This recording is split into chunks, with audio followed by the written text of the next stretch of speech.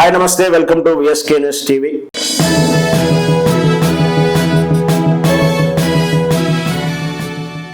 Shravan Kumar political analyst, VSK news TV చెప్పింది నిజమైంది.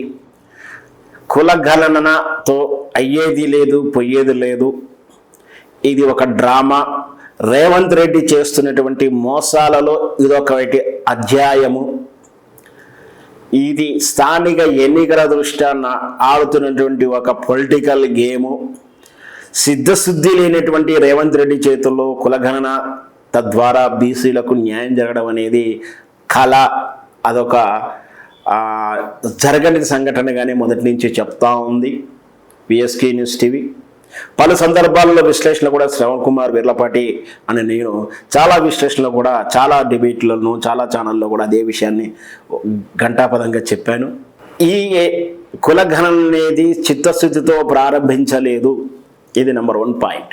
ఈ కులగణన ప్రశ్నావళి, కులగణన విధానం, సేకరణ, అమలు చేసే యంత్రాంగం అంతా కూడా లోపభూయిష్టమైనటువంటిది, నాణ్యత లేనిది, అనుభవం లేని వాళ్ళు, సైంటిఫిక్నెస్ లేనిటువంటి ప్రశ్నావళి ద్వారా సేకరణ జరుగుతుంది. కాబట్టి ఇది నిలబడదు. నెంబర్ 1 సిద్ధశుద్ధి లేని నాయకుడు.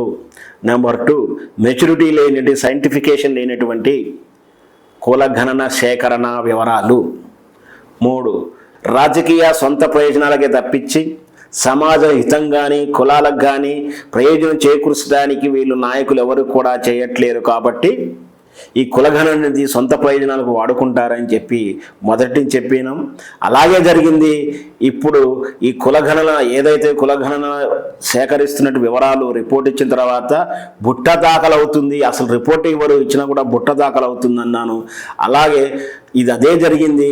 మనం చూసాం. సదరు తెలంగాణ కాంగ్రెస్ పార్టీకి చెందినటువంటి ఒక ఎమ్మెల్సీ అయినటువంటి ఒక ఆయన, మన పేర్లు చెప్పడానికి ఇష్టంగా లేదు, అతని పేరు ఉచ్చరిస్తానికి కూడా నాకు సిగ్గుగా ఉంటుంది. ఆయన మీడియా అడ్డం పెట్టుకొని ఎంత చెత్త రాజకీయాలు చేస్తుంటాడో మనం చూస్తుంటాం. ఆయనకు ఒక ఛానల్ ఉంటుంది. ఆయన ఒక గౌరవమైనటువంటి ఉన్నత పదవిలో ఉన్నాడు. కాంగ్రెస్ నుంచి ఎమ్మెల్సీగా గెలిచి ఉన్నాడు. రేవంత్ రెడ్డి ఇచ్చినటువంటి రిపోర్టుని ఎంత హీనంగా అవమానించిండో మనం చూసాం. ఎంత ఘోరంగా విమర్శించాడో చూసాం. ఏది పోసి తగలబెట్టాలో డాష్ పోసి తగలబెట్టామన్నాడు. మరి ఆయనకు డాషే అలవాటు ఉండొచ్చు, మనకేం తెలియదు అవి. ఆయనకు డాష్ మీద బాగా టేస్ట్ ఉన్నట్టుంది. ఎందుకంటే గతంలో మీటింగ్లో కూడా అన్నాడు, మీరు తాగుతారా, మా తాగుతారా అంటుండే. ఎందుకంటే ఆయనకు అలవాటు ఉన్నట్టు, బహుశా కావచ్చు, ఆయనకే అలవాటు కావచ్చు అవన్నీ. అలవాటు లేనుడో ఎవడో ఆ పదాలు వాడడు. మందు తాగేటోడో మందు సామెతలు, మత పనుల గురించి చెప్తూ ఉంటాడు.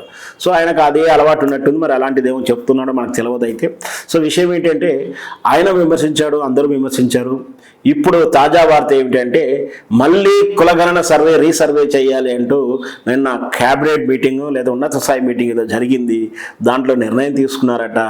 అంటే మరి ఇన్ని రోజులు సేకరించిన వివరాలు ఏమేంటి, ఎందుకు ఈ టైంపాస్ వివరాలు? ఆల్రెడీ ప్రజాపాలన మొదటిసారిగా జరిగినప్పుడు దాంట్లో దరఖాస్తులు తీసుకున్నారు, మళ్ళీ దరఖాస్తులు తీసుకున్నారు. రేషన్ కార్డులని, ఇందిరా మిల్లులని రకరకాలుగా తీసుకుంటున్నారు. అంటే ఎప్పటికీ ప్రజలను మోసం చేయడం, మభ్యపెట్టడం, ఆలోచనలు పెట్టడం, ఆశ పెట్టడం అన్నట్టు. సో దీంతో మొదటి కారణం సిద్ధశుద్ధి లేకపోవడం, సైంటిఫిక్ లేకపోవడం. మూడవది ఇంకా మెయిన్ ఏంటంటే ఇది వాస్తవంగా టెక్నికల్గా చూడాలి అంటే కులగణన రిజర్వేషను ప్రతిపాదించిన తర్వాత ఒక స్టేట్మెంట్ డిసైడ్ చేసి ఇమీడియట్ ఎలక్షన్ అనౌన్స్ చేస్తే, స్థానిక సంస్థలు ఎన్నికలు చేస్తే వీళ్ళు ఇచ్చినటువంటి లిమిటేషన్స్ మీద, అంటే రిజర్వేషన్ లిమిటేషన్స్ మీద కోర్టుకు వెళ్లకుండా ఉండడానికి అవకాశాలు ఉంటాయి. ఒక లిటిగేషన్ ఉంది. అంటే వీళ్ళు ఏదైతే కులగణన బేస్ మీద రిజర్వేషన్లు ప్రకటిస్తే స్థానిక ఎన్నికలు కోడ్ వస్తే ఎవరు కోర్టుకు వెళ్ళడానికి ఉండదు అన్నట్టు. అంటే రెండు ఎగ్జాక్ట్ సేమ్ టైం జరగాలి. ఎన్నికల కోడ్, ఈ రిజర్వేషన్ల విధానం, ఈ రెండు జరిగినప్పుడు మాత్రమే ఈ రిజర్వేషన్ అమలు అయ్యే అవకాశాలు ఉన్నాయని ఒక లీగల్ లిటిగేషన్ ఉందని నిపుణులు చెప్తున్నారు. వాస్తవానికి ఈ సమాచారం నాకు కూడా ఉంది. అంటే ఈ ప్రమాదం ఉంది. లేకుండా ప్రకటిస్తున్నాడంటే దాని అర్థం ఏంటంటే ఎన్నికలు పెట్టదలుచుకోలేదా, లేదా ఈ స్థానిక సంస్థల లిమిటేషన్స్, ఈ రిజర్వేషన్లు అనేది వీళ్ళు పెట్టింది అమలు చేయడానికి, ఆ ప్రతిఫలాలు జనాన్ని తినడానికి, కులాలు తినడానికి ఇష్టం లేదు, దీన్ని కొరకరాన్ని కొయ్యగా ఉంచాల్సిందే అని అనుమానంగా ఉందేమో వీళ్ళకు, అంచేతనే దీన్ని మళ్ళీ అటకెక్కిస్తున్నారు. ఇదే విషయాన్ని బీఆర్ఎస్ పార్టీ నాయకుడు ముఖ్యంగా కవిత గారు నిన్న ప్రెస్ మీట్లో కూడా ఈ విషయాన్ని లేవదీశారు.